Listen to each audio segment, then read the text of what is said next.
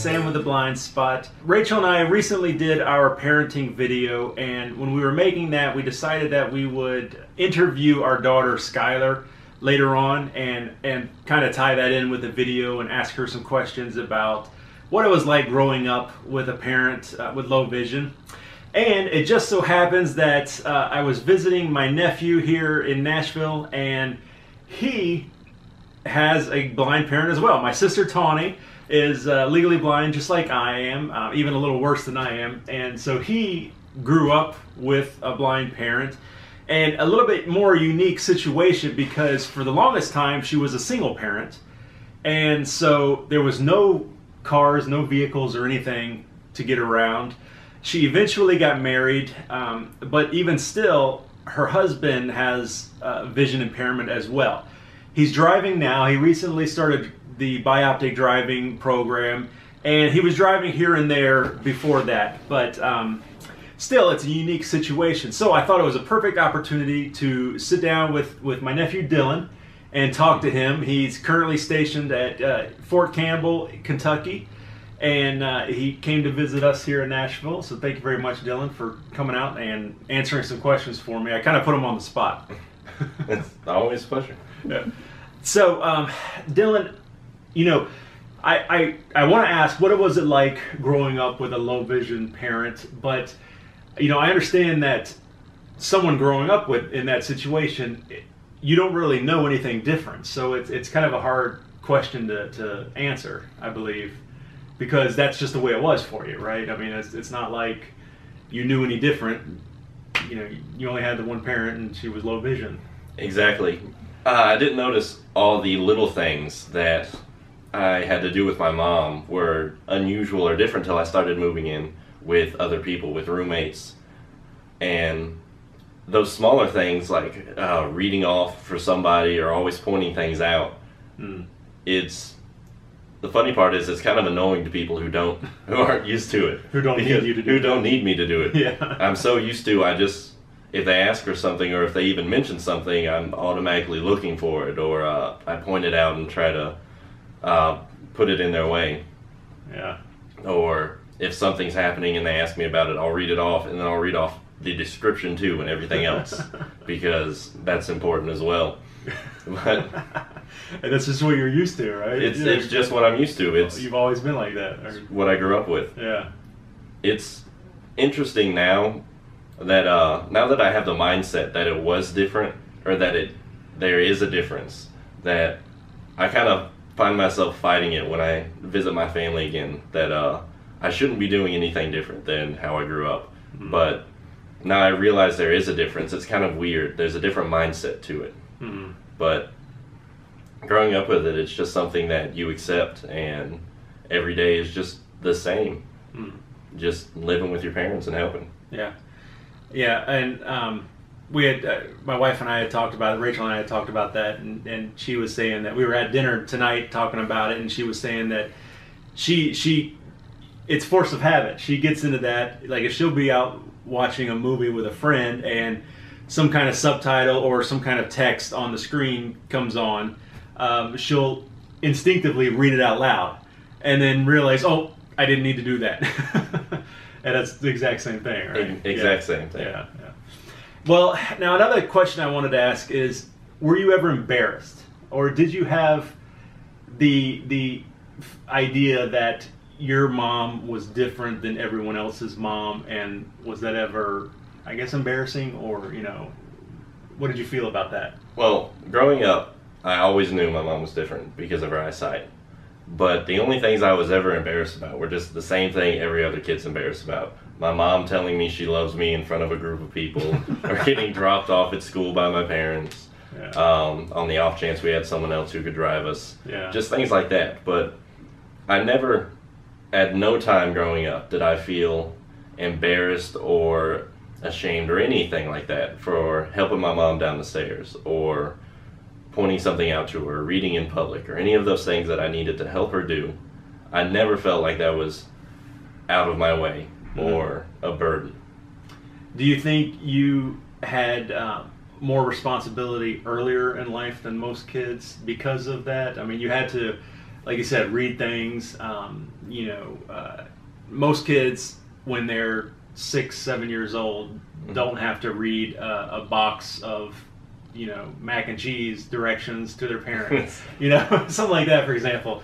Do you think you had to kind of get more responsibility sooner than most other kids? And was that weird to you if you did? Not really. I never felt like it was a responsibility. Yeah. If anything, looking back at it, I felt like it was more of an opportunity because as a child, I got to read a lot more and a lot more regularly than anybody else. Yeah. And it, like you said, a mac and cheese box may not be Shakespeare or culture, but reading is still reading. English is still English. And doing that so often is what helped me, at least what I think, what helped me early on getting into those better English classes and getting an appreciation for books and literature. Yeah. And that kind of thing.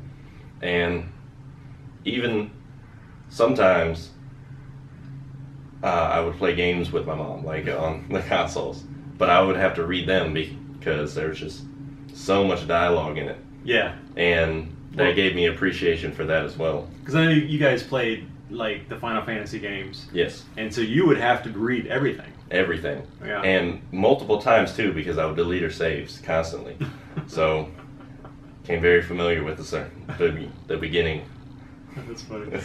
And I think it goes back to the fact that that's just the way you grew up, so you didn't know any different, right? Yes. So it's not like, you know, anything was weird or out of the ordinary. It's all a mindset. And like the only things that I think out of the ordinary now are things that I'm not used to. So going back home and spending time with my mom and my stepfather and little brother, like anything I have to do to help my parents, I don't think it's weird because it's just like how I grew up. Now, so because your mom didn't drive, your stepdad Danny, they lived in a small town in Alabama. So he had low vision, but his condition kind of started later in life. He was a driver before his eyes got bad, and then he couldn't drive. And then, from what I understand, his eyes kind of fluctuated. Yes. So sometimes they were worse than others. So he did drive every now and then, but most of the time there wasn't a driver in the house. So do you think that kind of spurred you on? I know your mom encouraged you. You got to drive as soon as you're old enough. Oh yeah, it was the day I turned 15. I had to go get my permit. Yeah. And the day I turned 16, I had to go get my license. And I used the word "had" because it was a necessity that I do that above anything else. But did you want to though? I mean, did you feel like you were being forced into it? I knew I was being forced into it, but I felt like I was helping, so it didn't bother me. It wasn't a negative thing. It wasn't a negative. I was all right. Helping my parents with something that they can't do. Right. Well, I know my son is in the process of getting his license, and my daughter is 10. So she's still got a while, but I'm definitely looking forward to it to get another driver in the household. Now, what about some of the other issues that come with having a parent with low vision? Some of the main ones that people talk about and ask about would be like everyday life, as far as like homework. Your mom has difficulty helping you with homework because she can't read it. How was that growing up? Was that hard or? Not really. I learned to do most of it myself, and then or not do it at all. That's a personal issue. Yeah. There was a lot of times that my mom would check my homework afterwards. She would sit down at her CCTV and zoom in and check each question one at a time. And the only thing I could think that'd be any different from someone having parents with normal vision is it just took longer on my side. Right. And then I don't know, I'm assuming it was the same, like in our household, if I'm helping Skylar with a problem, she has to read out the whole problem to me. And we'll sometimes I'll be like, okay, and then, well, what was the first part? And she'll have to read it again. Oh, was absolutely. Same thing, right? It's like the parent, your mom could help you, but you had to help her help you, right? Yes. That's one of the things that I do is now when people ask me something, I'm not afraid to ask them multiple times about the same thing. So I wonder if that's what brought it on. But there, a lot of times, or every time I would do homework and I'd read something off. If there anything she missed or I might have stumbled over a word, I'd just start over and read it over. Mm-hmm. Now, so on the Facebook pages, there's a lot of talk recently about parenting and having children with low vision, and in particular, I'll kind of put it towards you, to put the question to you, that if we're going to have children in the future, and there was a chance that they would come out with low vision, because you are a carrier of the gene, because your mom has it, and not talking about getting any kind of testing to see if yes, in fact they will, but there's just a chance. Does that change your mind? Or being a child of someone with low vision, would you encourage or discourage someone from having children if there was a fact that they would have low vision as well? I would have to say that if my mind was made up and I was going to have a child, that I wouldn't, the chance of them having low vision or anything else, I'd still want a child. And regardless if they had low vision or not, I'd still love them all the same. And coming from a family that has low vision, if anything, I'd be more prepared and more able to give them a better life. Right.